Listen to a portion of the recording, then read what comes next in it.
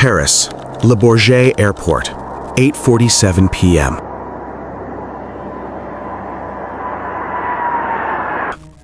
A private jet rolls to a stop on the tarmac. 3 unmarked vans are already waiting.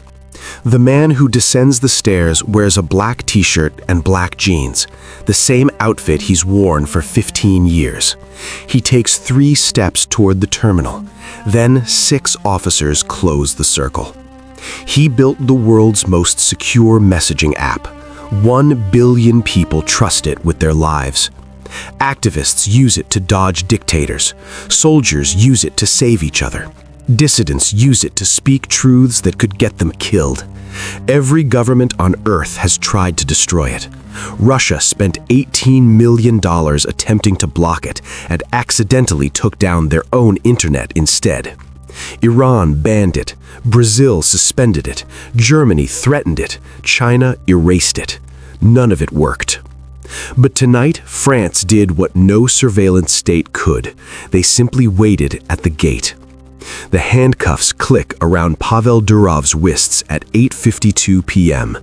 Within the hour, the news detonates across every screen on the planet. The man they couldn't hack, couldn't ban, couldn't intimidate, is finally in custody. Here's what they didn't count on.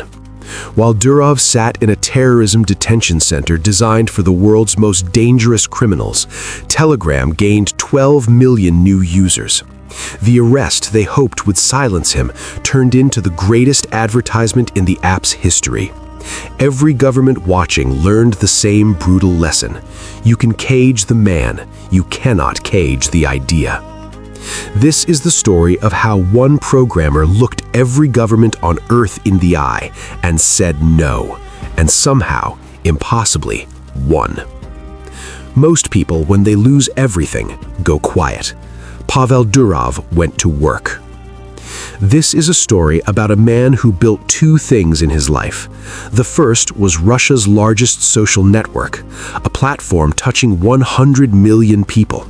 He lost it, not to a smarter competitor or a failing product, but to a government that decided his users mattered less than their secrets.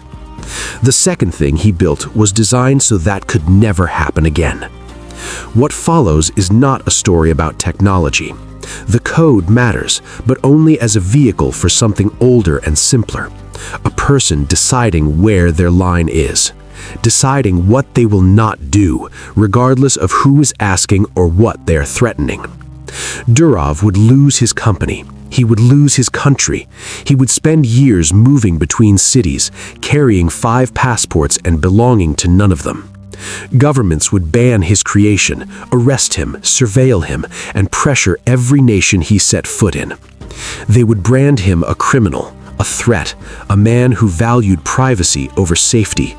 He would say they had it backwards. By the end of this story, 1 billion people will be using the app he built in exile. Courts will have ruled against the governments that hunted him, and Durov himself will still be reporting to a French police station twice a week, unable to leave the country, technically detained, practically untouchable. The question worth sitting with isn't whether he won or lost, it's what it cost him to find out. St. Petersburg, 2006. A philosophy student who should have been writing essays about Kant was instead writing code at 4 in the morning. Pavel Durov was 22 years old. He had a borrowed laptop, a dormitory room, and a simple observation. 40 million Russians were online, and none of them had a social network worth using. He didn't see a gap in the market. He saw a problem that needed solving. There is a difference. One produces a product, the other produces a conviction. He called it VKontakte, in contact. By sunrise on launch day, his first 2 users were himself and his brother Nikolai, a mathematician who would become the only person Durov trusted completely throughout everything that followed. By winter, 10,000 students had signed up. By 2008, 20 million. By 2011, 100 million Russians lived inside a platform that one young man had built largely alone in a room because he thought it should exist. The early decisions tell you everything about who he was. No advertising for the first 2 years because growth mattered more than revenue. A design philosophy that rejected any feature requiring more than 2 clicks because complexity was a form of disrespect towards users. Free music streaming at a moment when iTunes charged 99 cents per song, which enraged rights holders and delighted everyone else. Durov's attitude to the outrage was simple and consistent. The users come first. Everything else is negotiable. What wasn't visible yet, what nobody outside his immediate circle understood, was that this wasn't just a design principle. It was a preview of how he would behave when the pressure became something far heavier than angry record labels. When journalists called him Russia's Zuckerberg, he corrected them without irritation. Zuckerberg, he said, is Russia's Durov. It wasn't arrogance exactly, it was precision. He had built something real from nothing, for reasons that had nothing to do with becoming a billionaire. The money arrived anyway, the way it sometimes does when someone stops chasing it. By 2011, he was worth $260 million. He wore the same black t-shirt every day. He drove a black car. His apartment was furnished in black. Reporters found this affectation amusing. Durov found their amusement beside the point. He was 37 years away from a Paris airport and a pair of handcuffs. But the man who would stand on those airplane stairs was already fully formed in that dormitory room. The beliefs were already fixed. The line was already drawn. All that was remained for the world to find it. The first time the FSB called, Durov hung up. The second time, he blocked the number.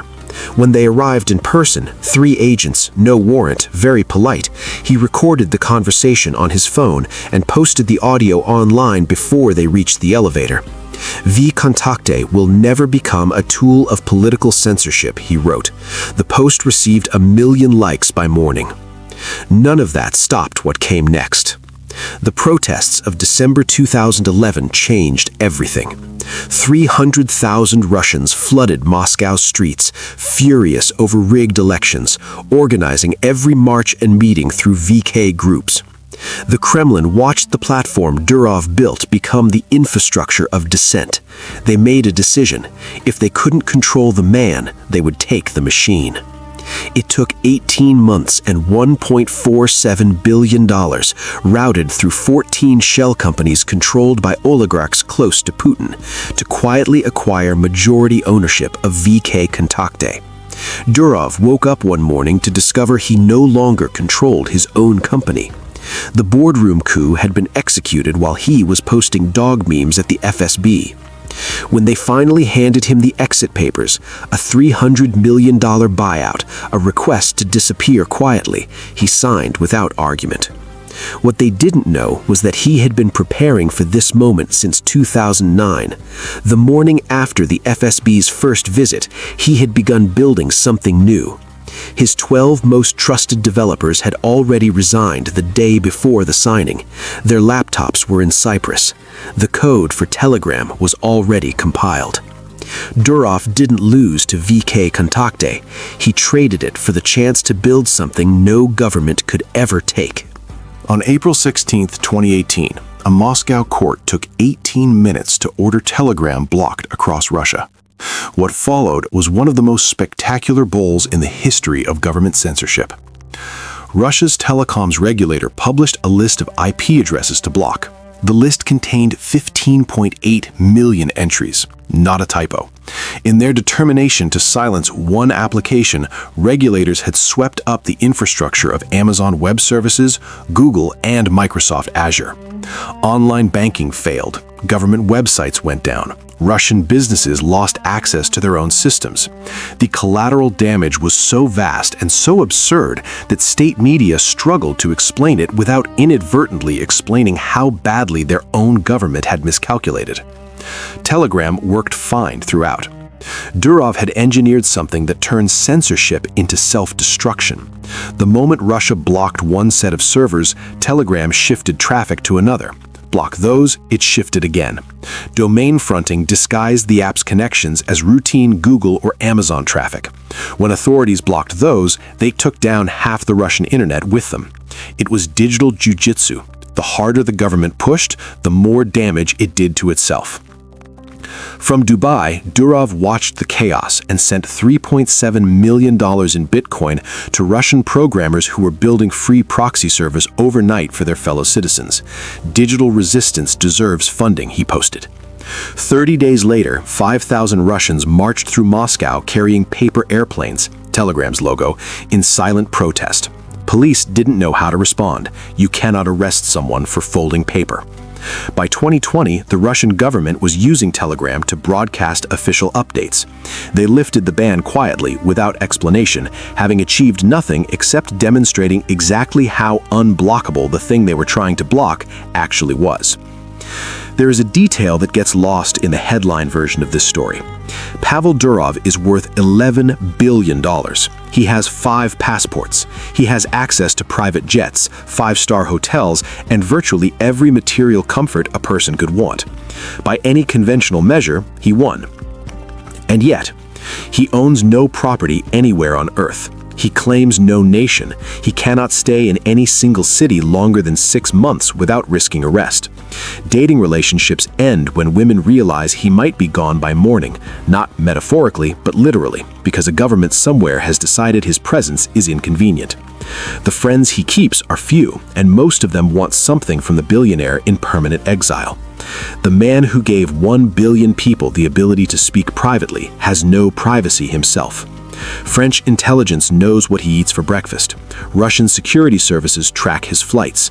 The CIA maintains a dedicated team monitoring his platform. He is simultaneously the most protected and most exposed person in the technology world. His core team of developers, the people who actually build and maintain Telegram, are scattered across Dubai, Singapore, and Barcelona, never more than 4 in the same city. If police raid one location, the others keep working. It is an elegant solution to an impossible situation. It is also, if you sit with it long enough, a portrait of a life organized entirely around the assumption that someone is always coming. Durov chose this. That matters. He made the calculation with open eyes and decided the principle was worth the cost. But choice and consequence are different things. At 40, he lives like a fugitive, not from justice, he would say, from its absence. There is a version of this story where Pavel Durov is not the hero. It deserves to be told honestly. When Durov says privacy is absolute, he means it without exception. Not privacy for dissidents and democracy activists, not privacy for journalists and whistleblowers, privacy for everyone, including the people whose activities most of us would prefer someone was monitoring. ISIS adopted Telegram early.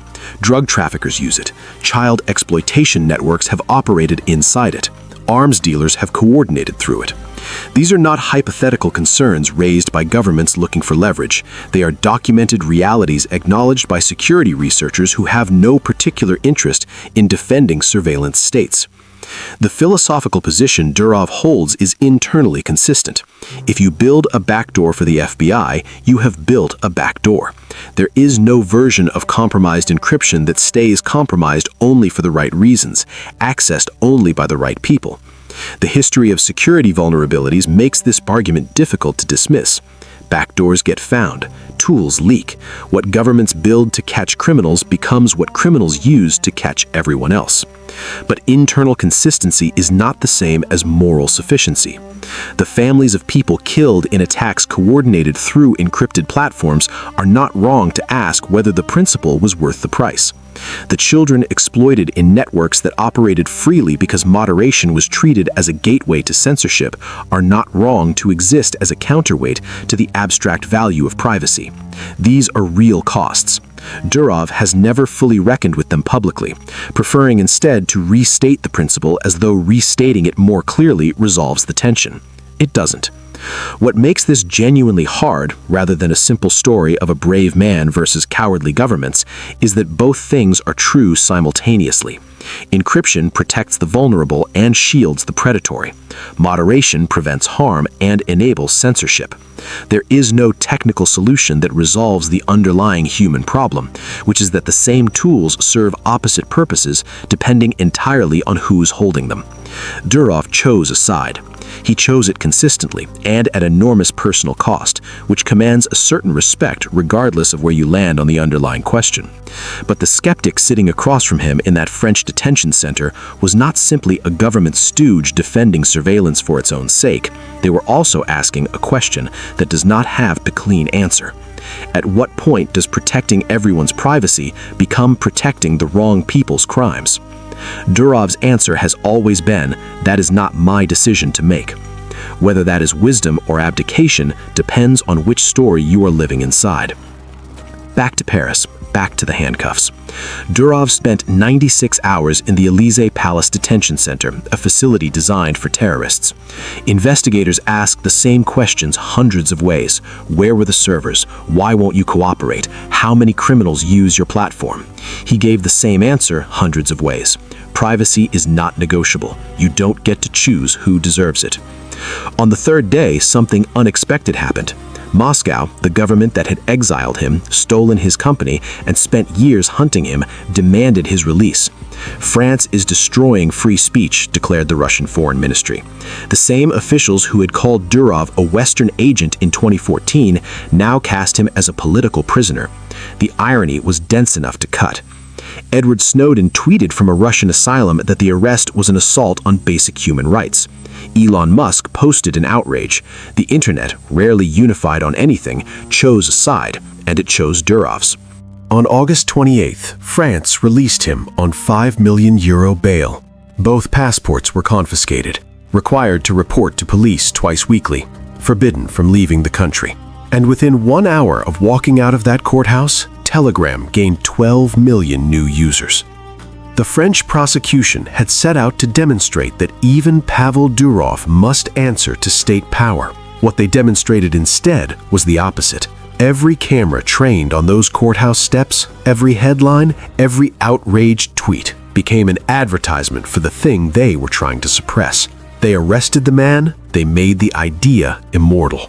It was the same lesson the raid on Pirate Bay taught in 2006. The same lesson every government keeps learning and forgetting. You cannot kill what has no center. Here is what the story of Pavel Durov actually is. It is not a story about technology. The encryption is remarkable, the engineering genuinely elegant, but code is just the vehicle. What the story is actually about is simpler and older than any of that. It is about what happens when a person decides on a principle and refuses to move off it regardless of the cost. Not because they are fearless. Durov clearly understood what defying the FSB meant, what exile meant, what a Paris arrest meant. But because the alternative, a version of himself that handed over user data when governments asked politely enough or threatened loudly enough, was a person he had decided not to become. Most people never find their line. They live comfortably in a space where no one has asked them to cross it yet. Durov found him at 22, in a dormitory room, writing a social network because he thought one should exist. Every decision that followed, the dog meme, the VK exit, the Buffalo rental house with folding tables and encryption algorithms on the whiteboard, the Dubai years, the Paris handcuffs, was a consequence of holding that line. Governments are large and patient, and they have resources that individuals cannot match. They can ban, block, arrest, and confiscate. What they cannot do, as it turns out, is make an idea stop working. Telegram approaches 1 billion users. In Ukraine, coordinates that save lives travel through it. In Iran, women organize resistance through it. In Russia, citizens read news and their television will not show them. One programmer, one principle, one word, repeated to every government that came knocking: no. And somehow, impossibly, it held. Before you close this video, sit with one question. Every app on your phone was built by someone who made a choice about what to do when a government came asking. Most of them made a different choice than Durov did. They complied quietly, updated their terms of service, and said nothing publicly. You kept using the product. Life continued. The data flowed in directions you were never told about. Durov's story is not an advertisement for Telegram. It is something more uncomfortable than that. It is a reminder that the infrastructure of your daily life, the messages you send, the searches you run, the locations you share, the conversations you have at 2 in the morning when you think no one is watching, all of it sits inside systems built by people who decided at some point where their line was. Most of them never told you where that line was. Most of them never had to find out for themselves. The question worth carrying with you is not whether Durov was right or wrong, hero or idealist, or something more complicated than either. The question is what you actually know about the tools you trust, who built them, what they decided when the pressure arrived, and whether anyone told you the truth about any of it. Snowden tried to answer that question for you in 2013. He is still in Moscow. Durov is still reporting to a French police station twice a week. The people who asked him to stay quiet are still asking. If this story made you want to understand more about who else has fought this battle and what it cost them, the next video is waiting.